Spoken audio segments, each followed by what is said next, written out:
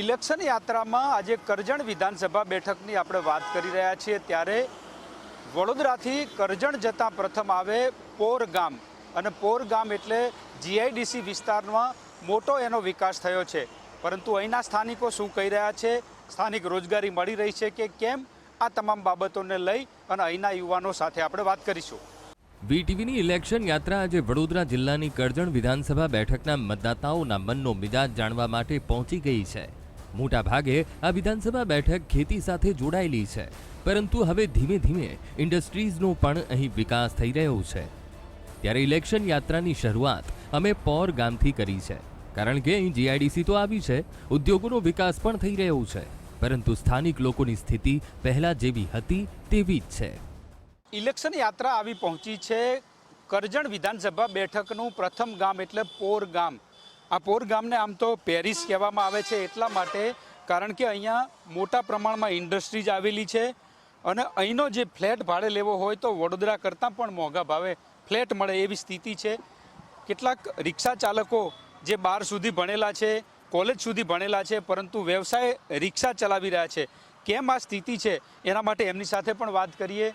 સાહેબ, શું કહો છો, પોર આટલી મોટી ઇન્ડસ્ટ્રીઝ, સ્થાનિક યુવાનોને નોકરી મળી રહી છે, રોજગાર મળી નથી મળતી નોકરી। 8 થી 8 કલાકના 250 રૂપિયા જ રોજ મળે છે। આ રિક્ષા ચલાવો છો, મોંઘવારી આટલી થઈ છે, કેવી રીતે ઘર ચાલી રહ્યું છે, કેટલી નડી રહી છે મોંઘવારી? મોંઘવારી તો ઘણી નડી રહી છે અમુક લોકોને, કારણ કે અમારા રિક્ષાની અંદર ધંધો થતો નથી। બહુ અમારે 300-400 રૂપિયા ધંધો થાય, એમાંથી તો ગેસના ભાવ વધી જાય। હવે એમાંથી ગેસનો ભાવ કાઢવાનો હોય, અમારા લોકોને ઘરનું ગુજરાન ચલાવવાનું હોય, છોકરાને ગણાવવાના હોય। ઇલેક્શન યાત્રાની શરૂઆતમાં જ રોજગારીનો મોટો પ્રશ્ન સામે આવ્યો। અહીં કોંગ્રેસમાંથી પક્ષપલટો કરીને ધારાસભ્ય અક્ષય પટેલ ભાજપમાં ગયા, તેમ છતાં હજુ કરજણના લોકોની સમસ્યાઓ યથાવત છે। ઇલેક્શન યાત્રામાં આગળ વધતા અમે મુખ્ય મથક કરજણ ખાતે જ પહોંચ્યા તો અહીં માલિકાના હક માટે વેપારીઓ સરકાર સામે વર્ષોથી લડતા હોય તેવું જાણવા મળ્યું। ત્યારે કરજણ બજારના જે વેપારીઓ છે એમની સાથે વાત કરીએ। સાહેબ, શું કહો છો, B1 સત્તા પ્રકારની જે મુશ્કેલીઓ અનુભવી રહ્યા છો, વારંવારની રજૂઆત કરી રહ્યા છો, કયા પ્રકારે આ મુશ્કેલી છે? સરકારમાં પણ આનો ઉકેલ નથી? ઉકેલ જેવું કંઈ આમાં છે જ નહીં। આ બધી મિલકતો અમારી પાસે આઝાદી પહેલાંથી છે, આઝાદી પહેલાંના દસ્તાવેજો છે, જેમાં ગાયકવાડી સ્ટેમ્પ વપરાયેલો છે। ભારત સરકારનું ગઠન 1947માં થયું, સંવિધાન 1947માં થયું, ત્યાર પહેલાંના પુરાવા છે। તો આ સરકારશ્રી કેવી રીતે અમારી સમજણમાં આવતું નથી। તેમ છતાં અમે વારંવાર રજૂઆત કરેલી છે। 2017થી માંડી તત્કાલીન નાયબ મુખ્યમંત્રી નીતિનભાઈ પટેલને, 17માં 19માં વારંવાર કલેક્ટર સાહેબને, વારંવાર મહેસૂલ મંત્રીને કૌશિકભાઈ પટેલને, અને અત્યારે હાલમાં અક્ષયભાઈ પટેલને લઈને અમે ચાલીએ છીએ। અક્ષયભાઈ પટેલનો ઘણો સારો સપોર્ટ છે અમને, અને રાજેન્દ્રભાઈ ત્રિવેદીને અમે મહેસૂલ મંત્રીને લગભગ 5 વાર મળ્યા। છેલ્લી મિટિંગમાં એવું લાગે છે કે કંઈક વાત નિર્ણાયક તબક્કામાં હોય, પણ આજ સુધી કંઈ ફાઇનલ અમને જાણવા મળ્યું નથી કે આનો નિર્ણય લેવાયો છે કે નહીં। વેરા વસૂલાય છે, કેટલો ધંધામાં વિકાસ રૂંધાઈ રહ્યો છે આ તમારી સમસ્યાના કારણે? બેંકમાં લોન લેવી હોય તો નથી મળી શકતી, અને બધી સમસ્યાઓ બધી અલગ અલગ બહુ ઊભી થાય છે। એટલે ગવર્મેન્ટ પ્રજાના હિતમાં નિર્ણય લે, વેપારીઓના હિતમાં એ જરૂરી છે। કરજણની મુલાકાત લીધા બાદ ઇલેક્શન યાત્રા આગળ વધતા હાડોદ ગામે પહોંચી। અહીં પહોંચતા જ અંતરિયાળ ગામ સુધી કેવી સુવિધાઓ અને વિકાસ પહોંચ્યો છે તેની વરવી વાસ્તવિકતા સામે આવી। ઇલેક્શન યાત્રામાં અમે કરજણ શહેર બાદ હવે હાડોદ તરફ જઈ રહ્યા છીએ, પરંતુ કરજણના જે હાડોદ 4 રસ્તા છે ત્યાં અમને એક આ ટેમ્પો મળ્યો, અને જે વિદ્યાર્થીઓ સલામત એસટી, સલામત સવારી, એસટી અમારી, મફત મુસાફરી, અનેક વાતો થઈ રહી છે, પરંતુ આ વિદ્યાર્થીઓ કેવી રીતે જઈ રહ્યા છે આપ જુઓ। કેટલીક દીકરીઓ છે, આ સ્થિતિમાં આ દીકરીઓ બેસી અને મુસાફરી કરી રહી છે। એસટી બસ નથી મળતી અને એના કારણે આ જે મુશ્કેલીનો સામનો છે આ વિદ્યાર્થીઓ કરી રહ્યા છે। જે રીતે રોજે આવી રીતે જઈ રહ્યા છે આ વિદ્યાર્થીઓ, એમની સાથે વાત કરું। બેટા, બસ નથી મળતી, તમે આવી રીતે જઈ રહ્યા છો? ના ભાઈ, નથી મળતી। ઉમ્મતની બસની અરજી કરી પણ બસ નહીં આવતી। કેવી રીતે ભણો? રોજ આવી રીતે ભણો? હા, રોજ આવી રીતે ભણો। કોઈ અધિકારીઓ કોઈ સાંભળતું નથી? ના। કરજણ બેઠકની આ જે હાલત છે, કરજણ વિધાનસભા વિસ્તારના આ વિદ્યાર્થીઓની હાલતની વાસ્તવિકતા અમને અહીંયા જોવા મળી। ઇલેક્શન યાત્રામાં આગળ વધતા અમે કરજણના ખાંધા ગામે પહોંચ્યા. ગામના પાદરે જ કેટલાક ખેડૂતો અમને મળી ગયા. અહીં પહોંચતા જ સ્થાનિક ખેડૂતોની સૌથી મોટી સમસ્યા સામે આવી. અહીં 15 દિવસથી વરસાદને કારણે ખેતરોમાં પાણી તો ભરાયા જ છે, પરંતુ પાક નુકસાની પાછળ સરકાર પણ જવાબદાર છે. પરંતુ કેમ, તો આવો ખેડૂતો પાસેથી જ જાણીએ. ઇલેક્શન યાત્રા કરજણ બાદ હવે ખાંધા ગામ પહોંચી છે અને ખાંધા આજુબાજુના 5 થી વધારે ગામો છે જેમને વરસાદી પાણીના નિકાલની મુખ્ય સમસ્યા છે. અહીંયા અમે ગામના કેટલાક ભાગોળે જ વડલા નીચે યુવાનો બેઠા છે, વડીલો બેઠા છે. એમની સાથે આપણે વાત કરવાનો પ્રયત્ન કરીએ કે ખરેખર શું સ્થિતિ છે. કારણ કે જે રીતે 3 મોટી યોજનાઓ છે, રાષ્ટ્રીય યોજનાઓ, એ અહીંથી નીકળી છે ને એના કારણે આખી કપાસની અથવા તો વાવેતરની પેટર્ન બદલી ગઈ છે. સાહેબ, શું કહેતા હતા? હમણાં તમે વાત કરતા હતા ખેતીની, કેટલી વખત બિયારણ વાવ્યું? સતત વરસાદ 15 દિવસથી ચાલી રહ્યો છે. ત્રણ વખત સતત વરસાદના કારણે ખેડૂતોને બિયારણ રોપેલો કપાસ 3 વખત બળી ગયો છે. હવે જે સરકારી યોજનાઓ જેવી કે રેલવે, પછી બુલેટ ટ્રેન અને એક્સપ્રેસ હાઈવે જેવા પ્રોજેક્ટો ઊભા કર્યા સરકારે, એમાં જ્યાં પાણીના નિકાલ માટેનો નારો કોંસ કે ગમે તે કોઈ સગવડ કરેલી નથી. એના કારણે ગામના આજુબાજુના 10 ગામના લોકોને આ ભોગવવું પડે છે. વરસાદનું પાપ સરકારના કારણે ખેડૂતોને બધાએ ભોગવવું પડે છે. ઇલેક્શન યાત્રામાં ખાંધા ગામના ખેડૂતોની વ્યથા સાંભળ્યા બાદ અમે વાસ્તવિકતા જાણવા માટે હાડોદ ગામે પહોંચ્યા. અહીં પરિસ્થિતિ એટલી ખરાબ હતી કે ખેતરો સુધી પહોંચવા માટે અમારે ટ્રેક્ટરનો સહારો લેવો પડ્યો. તો રેલવે લાઇનો અને હાઈવેને કારણે ખેતરો વરસાદી પાણીથી છલોછલ જોવા મળ્યા. ઇલેક્શન યાત્રામાં આપણે વાત કરી રહ્યા છીએ કરજણ વિધાનસભા બેઠકની અને અત્યારે અમે પહોંચ્યા છીએ હાડોદ ગામ. અહીંના 10 થી 15 ગામો એવા છે કે જે કેન્દ્રની એજન્સીઓની, જે કેન્દ્ર સરકારની યોજનાઓ છે એ અહીંથી નીકળી રહી છે, રેલવે અને એક્સપ્રેસ હાઈવે, અને એના કારણે ખેડૂતોની આખી પેટર્ન છે બદલાઈ ગઈ છે, એમના પાકની આખી પેટર્ન બદલાઈ ગઈ છે. કારણ કે આજે યોજનાઓ આવી અને એના કારણે પાણીના જે નિકાલ થતા હતા એ નિકાલના મુખ્ય પ્રવાહ છે એ અવરોધાયા છે. ખેડૂતો અનેક રજૂઆતો કરી ચૂક્યા છે. આજે પણ ખેડૂતો અમને પણ સ્થળ ઉપર લાવ્યા કે વાસ્તવિકતા જોઈ શકીએ. અત્યારે ઘૂંટણસમા કપાસ હોવા જોઈએ, એના બદલે ખેતરો અત્યારે બંજર પડ્યા છે. ખેડૂતો સાથે વાત કરીએ, શું છે અત્યારે ખેતીમાં? કારણ કે વાવેતરના તો મહિનો એક જતો રહ્યો છે. કેવી હાલત છે અત્યારે ખેતીની? સાહેબ, અત્યારે ખેડૂતની હાલત એટલી બધી કફોડી બની છે કે ના પૂછે વાત. અત્યારે અમારો લગભગ ઘૂંટણ ઉપરનો પાક હતો તો લગભગ આ 15 દિવસમાં છેલ્લા ધોવાઈ ગયો છે સંપૂર્ણ. જે આ એક ખેતીમાં જે અમે પહેલાં ખેતી કરતા હતા, આ સરકારશ્રીના 3 પ્રોજેક્ટ નહોતા આવ્યા પહેલાં, જેથી કોઈ પણ પ્રકારનું આ લોકોનું કામકાજ ચાલતું નહોતું. અત્યારે અમારે ત્યાં બુલેટ ટ્રેન, એક્સપ્રેસ હાઈવે અને રેલવે કોરિડોર, આનું કામ રેલવે કોરિડોરનું છેલ્લા 9 થી 10 વર્ષથી ચાલે છે. તે જ રીતે એક્સપ્રેસ હાઈવેનું 6-7 વર્ષથી ચાલે છે. એટલે આમાં જે મોટા ઇન્ફ્રાસ્ટ્રક્ચરના મોટા પાયા પર કામ થવાથી અમારે જે પાણીનો નિકાલ હતો એ બધા જ માર્ગ બંધ થઈ ગયા છે. તેના કારણે અમારો આ પાણીનો ભરાવો ખૂબ જ થાય છે અને દર વર્ષે અમને કરોડોનું નુકસાન થાય છે. કોંગ્રેસમાંથી જીત્યા, પછી ભાજપમાંથી ને જીત્યા, લોકોનો પ્રેમ છે, પણ તમારા પ્રત્યે ધારાસભ્યનો પ્રેમ છે કે નહીં? કારણ કે આ પ્રશ્નો તમારા હવે ધારાસભ્ય રજૂ કરે સાંસદમાં તો આગળ જશે એવું લાગે. સાહેબજી, જો તમને જણાવીએ કે જ્યારે ધારાસભ્ય કોંગ્રેસમાં હતા ત્યારે પણ એમને રજૂઆતો કરી છે અમારા થકી. ભાજપમાં આવ્યા ત્યારે પણ કરી છે. એ ખાલી રજૂઆતો કરે છે અમારી ત્યાં એમનું કોઈ સાંભળતું નથી એવું લાગે છે. જેવી રીતે સૌરાષ્ટ્રના મંત્રીઓનું, સૌરાષ્ટ્રના નેતાઓનું ચાલે છે એવું લગભગ વડોદરા જિલ્લાના નેતાઓનું ચાલતું નથી. લગભગ ભાજપ એવું ભૂલી ચૂકી છે કે આજે વડોદરા જિલ્લાની જે 10 બેઠકો પૈકી 9 બેઠકો આજે ભાજપ હસ્તક છે. જો ગઈ વખત 99 આવી હતી, એ 9 ના આવી હોત ને તો સત્તામાં ના હોત એ ભાજપ. એટલે મારે ગુજરાત સરકારને એ જણાવવું છે કે વડોદરા જિલ્લાને બહુ લાઇટલી ના લે. ઇલેક્શન યાત્રામાં આગળ વધતા કોઢિયા ગામે પહોંચ્યા. આ ગામ અને તેની આસપાસના અન્ય ગામડાઓમાં લોકો પશુપાલન અને ખેતી સાથે જોડાયેલા છે. અહીં પહોંચતા જ નર્મદાને કાંઠે મોટી સંખ્યામાં લોકો મળી ગયા, જેથી અમે તેમની સાથે પણ સીધો સંવાદ કર્યો. ઇલેક્શન યાત્રામાં હવે પહોંચ્યા છીએ નર્મદા નદીના કિનારે. અહીં વસવાટ કરતા લોકો છે ખેતીવાડી, પશુપાલન અને નદીમાંથી માછીમારી સાથેના વ્યવસાય જોડાયેલા છે. નદીમાં થતા ગેરકાયદેસર ખનનના કારણે અનેક સમસ્યાઓ માછીમારી પણ થઈ રહી છે. અહીંયા આપ જોઈ રહ્યા છો કે ખળખળ વહેતી નર્મદા. આમ તો આખા રાજ્યમાંથી લોકો અંતિમ ક્રિયા માટે અહીંયા આવતા હોય છે એમના સ્વજનને લઈને. અહીં સ્થિતિ એવી છે કે અહીંયા અંતિમ ક્રિયા માટેનો ઘાટ જ તૂટી ગયેલો જોવા મળી રહ્યો છે અને એના કારણે સમસ્યાનો સામનો પણ કરી રહ્યા છે. શું કહો છો?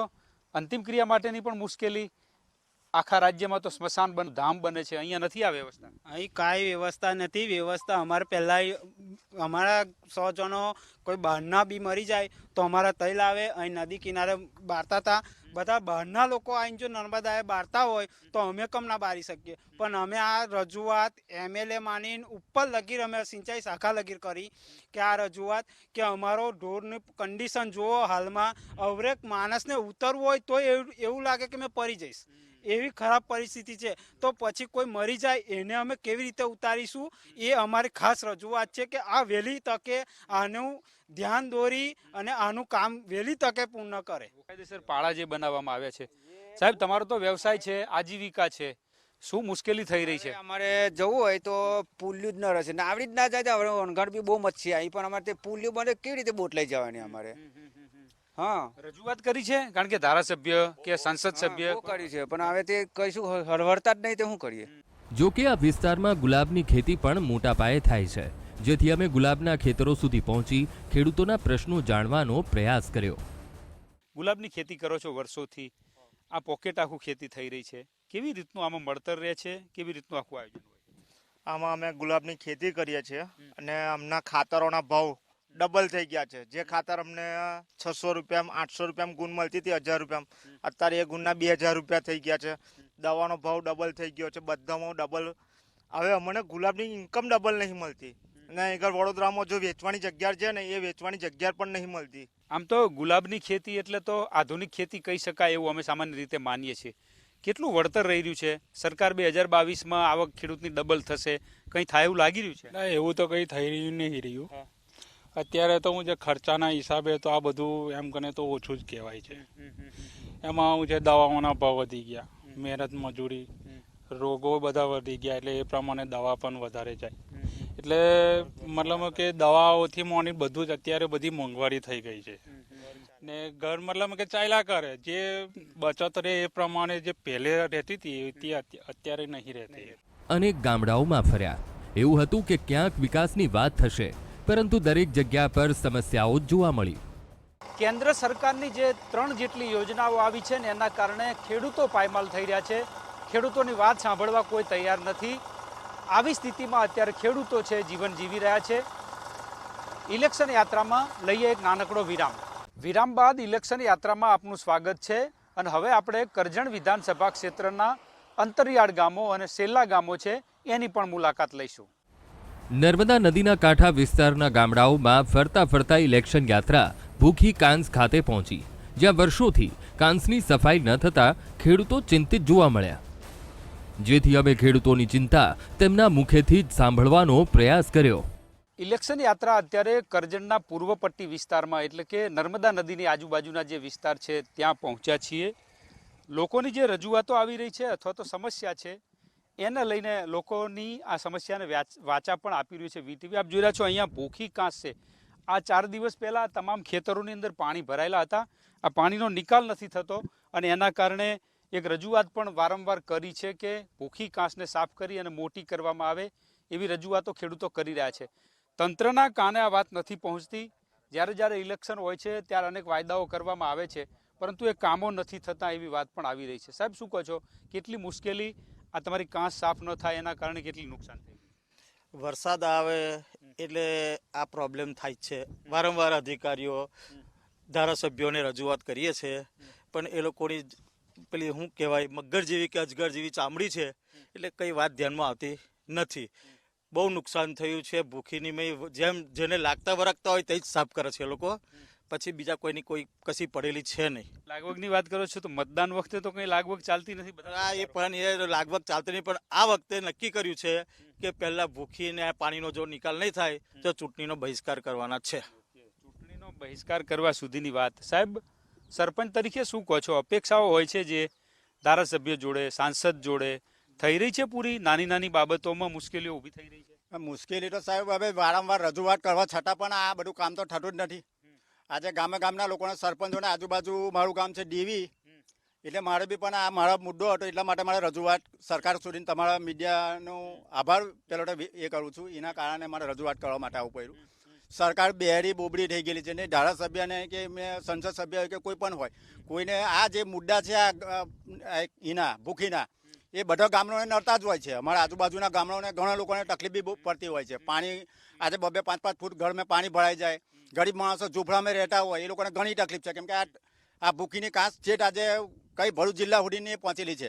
થાણે પ્રતિનિધિઓને કીએ પામીને કોઈ મતલબ જ ના હોય ને, તો ઇલેક્શન હોય એટલે વોટ લેવા આવી જવાનું, પછી તો કોઈ પૂછે નહીં, જવાબ બી ના આપે. ઇલેક્શન હોય ત્યારે વોટ લેવા આવે છે. સ્પષ્ટ વાત છે. જે રીતે સામાન્ય માણસોને પોતાની જે વાતો રજૂ કરવી છે, પોતાની જે સમસ્યા છે, એનો કોઈ ઉકેલ અત્યારે લોકો નથી દેખાતો. ઇલેક્શન યાત્રામાં આગળ વધતા અમે કોઠિયા ગામે પહોંચ્યા, જ્યાં કેટલાક ગ્રામજનો મળી ગયા. તેમની ચર્ચા કરતા એવું લાગ્યું જાણે સરકારની યોજનાઓ જ અહીં પહોંચી નથી.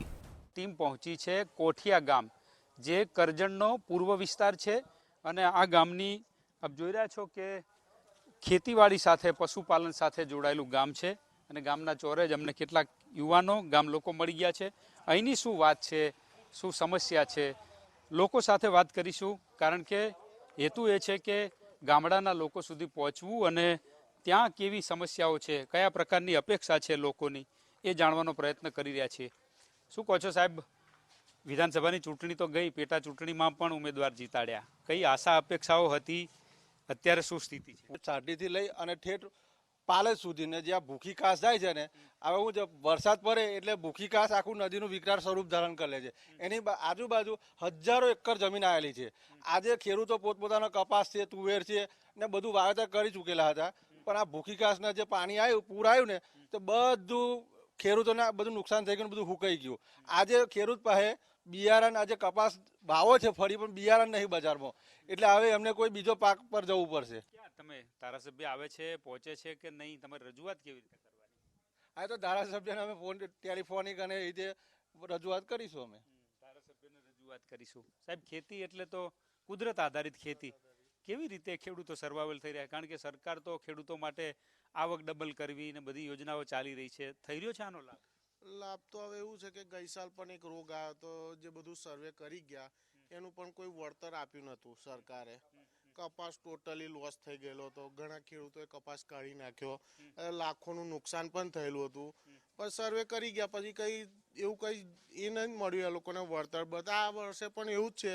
કરજણ તાલુકાની અંદર એમ તો લગભગ એવું માનીએ કે અત્યાર સુધીની કોઈ એ સર્વે કરી ગયા પછી કોઈ આવ્યું નથી વળતર. 5 વર્ષમાં 2 વખત ધારાસભ્ય ચૂંટો છો, તેમ છતાં આ કોઈ આવતું નથી. હવે તો સાહેબ શું કરવાનું, હવે તો ખેડૂતો છે, હવે ખેડૂતો હવે જે થાય એ બધું વેઠી લે છે, પણ આ વખતે તો કંઈક કરે સરકાર તો સારું છે. અંતરિયાળ વિસ્તારમાં કેવી રીતે સરકારની યોજનાઓ આવી રહી છે, અથવા તો એનું અમલીકરણ થઈ રહ્યું છે ગામડાઓમાં? સરકારની યોજના તો આવી રહી છે, પણ આગળથી ધારાસભ્ય આવવા નહીં દેતા અમારા ગામ માટે.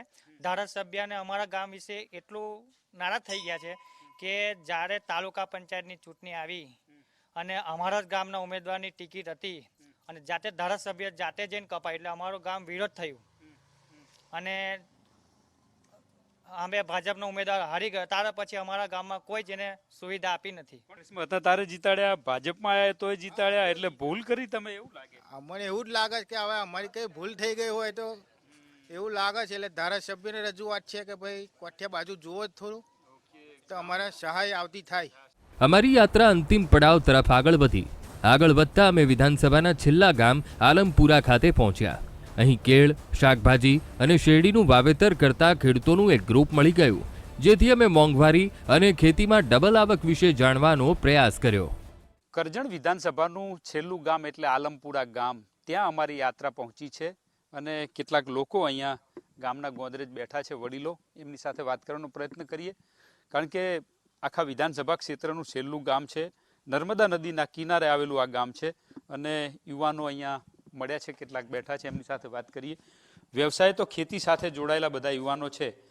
સાહેબ, શું કહો છો, આધુનિક ખેતી કરી રહ્યા છો, શું છે અત્યારે ખેતીમાં? કારણ કે જે તે વખતે સરકાર 2022માં આવક બમણી કરવાની વાત કરી હતી, થઈ રહી છે આ અત્યારની ખર્ચાળ ખેતીમાં? આવક બમણી તો સાચી વાત છે સરકારની, પણ હાથે ખાતર, બિયારણ, દવા એના ભાવે બમણા થઈ ગયા છે.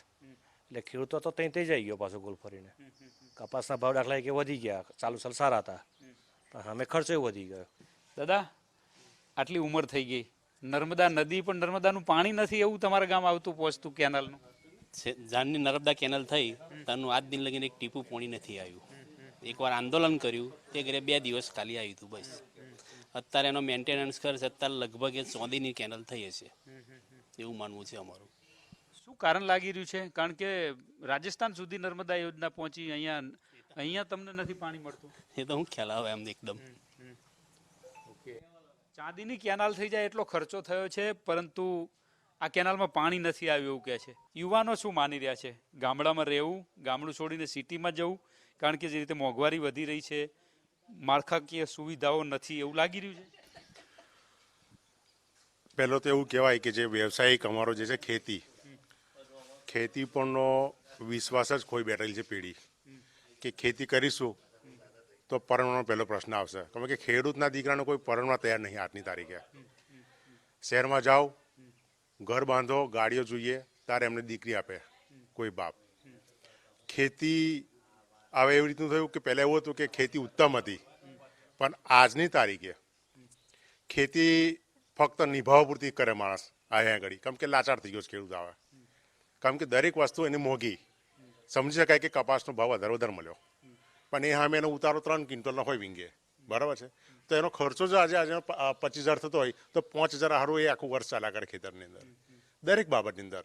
એ તો આજે માનો કે કેરોનો ભાવ હજુ આજે છે, પણ 80 રૂપિયા મણ ગયેલું છે અને 60 રૂપિયા પણ મણ ગયેલું છે. ખેડૂતને માથે હાથ દેવાનો અને દવા પીવાનો પણ વાર આવેલા છે. આ પાલેકરજીની કંઈક ખેતી, ગાય આધારિત ખેતી, આવું શક્ય થાય એવું છે? સરકાર મોટું કેમ્પેન ચલાવી રહી છે, કંઈ એના માટે ઉત્પાદન અથવા તો ખર્ચમાં કંઈ લાભ થાય એવું લાગે છે એમાંથી? એમાં એક વસ્તુ તમને કહું કે આજે માનો કે હું ઓર્ગેનિક ઉત્પાદન કરીશ તો મારે એનું સર્ટી આપવાનું છે. ઓર્ગેનિક ઉત્પાદન મેં જે કર્યું છે એનું સર્ટી હશે તો લોકો મારી પાસેથી ખરીદશે. આનીમય સરકાર યોજના તો લાવી રહી છે, પણ એનીમય ફાયદો જે મોટા ખેડૂતો છે ને એના માટેનો છે. નાના ખેડૂતનો તો એમાં કોઈ ફાયદો દેખાતો જ નથી. નાનો ખેડૂત જો ઓર્ગેનિક ખેતી કરવા જશે ને તો એ મરશે, કેમ કે એની ખેતી ઓલરેડી રાસાયણિક ખાતરોથી ટ્રીટ થયેલી છે, એને એની જ જરૂર છે. અને ખેડૂત એટલો બધો અવેરનેસ નથી કે એ આ સજીવ ખેતી તરફ એકદમ વળી શકે. એના માટે એને ગાઈડ કરવાની જરૂર છે સરકારે. કરજણ વિધાનસભાના અનેક ગામડાઓ અને શહેરના મતદાતાઓને મળ્યા અને તેમના મનનો ચિતાર મેળવવાનો પ્રયાસ કર્યો, જેમાં દરેક ગામની કોઈને કોઈ સમસ્યા સામે આવી, જે દર્શાવે છે કે હજુ વિકાસની વ્યાખ્યા અહીં અધૂરી છે. કરજણ વિધાનસભા ક્ષેત્રમાં સમસ્યાઓ અનેક છે, લોકો પ્રશ્ન પણ ઉઠાવી રહ્યા છે, સવાલો પણ ઊભા કરી રહ્યા છે. જોવાનું એ રહે છે કે ચૂંટણી દરમિયાન લોકો છે એમનો મૂડ કેવી રીતે પ્રદર્શિત કરે છે. પરંતુ ઇલેક્શન યાત્રામાં અત્યારે બસ આટલું જ. નવી વિધાનસભા, નવા વિસ્તાર સાથે ફરી મળીશું, ત્યાં સુધી રજા આપો.